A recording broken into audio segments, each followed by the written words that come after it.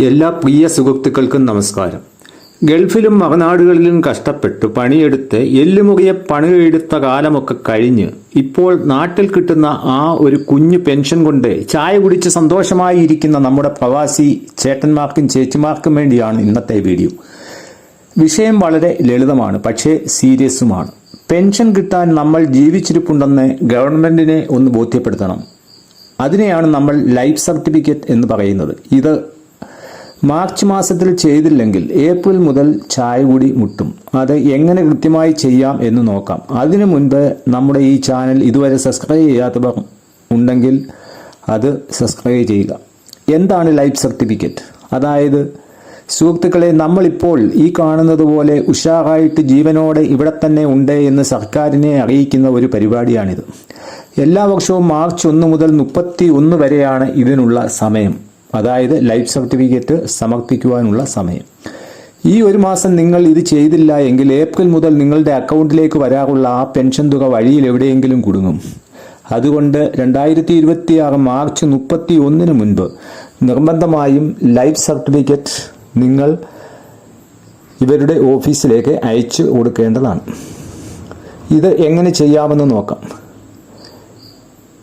ഇനി ഇതെങ്ങനെ ചെയ്യണമെന്ന് ചോദിച്ചാൽ പലരും വിചാരിക്കും എല്ലാം ഓൺലൈൻ കാലമല്ലേ, മൊബൈലിൽ ഒരു ഫോട്ടോ എടുത്ത് അയച്ചാൽ മതി എന്ന്. എന്നാൽ പ്രവാസി പെൻഷന്റെ കാര്യത്തിൽ അങ്ങനെയല്ല. ആദ്യം നിങ്ങൾ പ്രവാസി കേരളയുടെ വെബ്സൈറ്റിൽ പോയി ലൈഫ് സർട്ടിഫിക്കറ്റിന്റെ ഫോർമാറ്റ് ഡൗൺലോഡ് ചെയ്ത് എടുക്കണം. ആ വെബ്സൈറ്റിന്റെ പേര് www.pravasikerala.org എന്നതാണ്.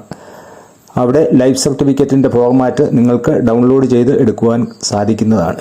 എന്നിട്ട് നിങ്ങൾ ഈ ഫോമും കൊണ്ട് അടുത്തുള്ള ഏതെങ്കിലും ഒരു ഗസറ്റഡ് ഓഫീസറുടെ അടുത്ത് പോയി ഞാനിവിടെ തന്നെ ഉണ്ട് എന്ന് പറഞ്ഞ് അവരുടെ ഓഫീസിന്റെ സീലും അതുപോലെ ആ ഗസറ്റഡ് ഓഫീസറുടെ ഒപ്പും വാങ്ങിക്കേണ്ടത് ആവശ്യമാണ്. അതിനുവേണ്ടി നിങ്ങൾക്ക് ഏതെങ്കിലും ഗവൺമെന്റ് ഹോസ്പിറ്റലിലെ ഡോക്ടർമാരെയോ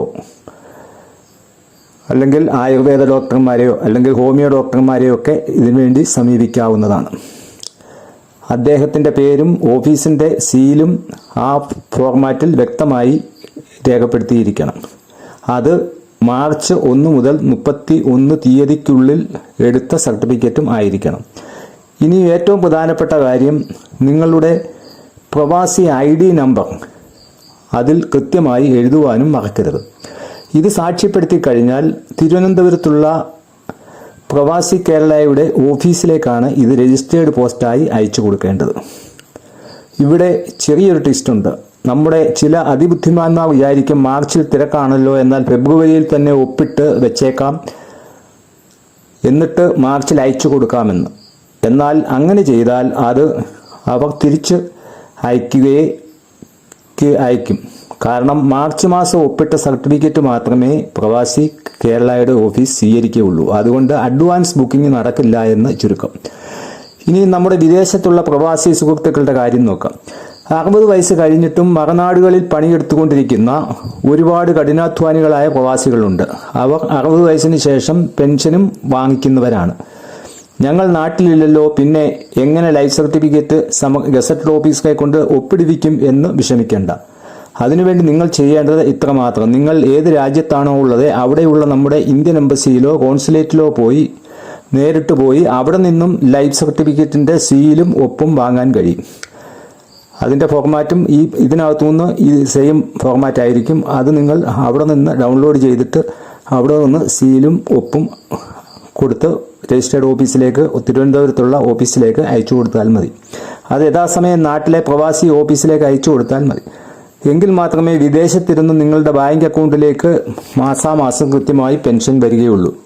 അതുകൊണ്ട് പ്രവാസ ലോകത്തുള്ളവർക്ക് നാട്ടിൽ വരാൻ പറ്റിയില്ലെങ്കിലും പെൻഷൻ മുടങ്ങില്ല എന്നർത്ഥം.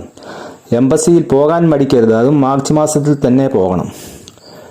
ഇനി എന്താണ് പ്രവാസി പെൻഷൻ, ആർക്കൊക്കെയാണ് ഇതിന് അപേക്ഷിക്കാവുന്നത് എന്ന് നോക്കാം. ഇനി പ്രവാസി പെൻഷനെ പറ്റി അറിയാത്തവർക്കായി ഒരു ചെറിയ വിവരണം. കേരളത്തിന് പുറത്തോ ഇന്ത്യക്ക് പുറത്തോ ചുരുങ്ങിയത് 2 വർഷമെങ്കിലും ജോലി ചെയ്തവർക്ക് ഇതിൽ അംഗമാകാവുന്നതാണ്. 18 വയസ്സിനും 60 വയസ്സിനും ഇടയിലുള്ളവർക്കാണ് ഇതിന് അപേക്ഷിക്കുവാൻ കഴിയുന്നത്. 60 വയസ്സ് തികയുന്നതുവരെ കൃത്യമായി അംശാദായം അടയ്ക്കുകയും ചെയ്യണം. ഇനിയും 59ാമത്തെ വയസ്സിലാണ് ഈ പദ്ധതിയിൽ ചേരുന്നത് എങ്കിൽ 5 വർഷം കണ്ടിന്യൂസ് ആയി പൈസ അടച്ചെങ്കിൽ മാത്രമേ പെൻഷൻ ലഭിക്കുകയുള്ളൂ. അങ്ങനെയുള്ളവർക്ക് 64ാമത്തെ വയസ്സ് കഴിഞ്ഞാലേ പെൻഷൻ ലഭിക്കുകയുള്ളൂ. 60 വയസ്സ് കഴിഞ്ഞാൽ മാസാമാസം പെൻഷൻ ലഭിക്കുക. പ്രവാസ ജീവിതം കഴിഞ്ഞ് നാട്ടിൽ വരുമ്പോൾ ഇതൊരു വലിയ ആശ്വാസമാണ്.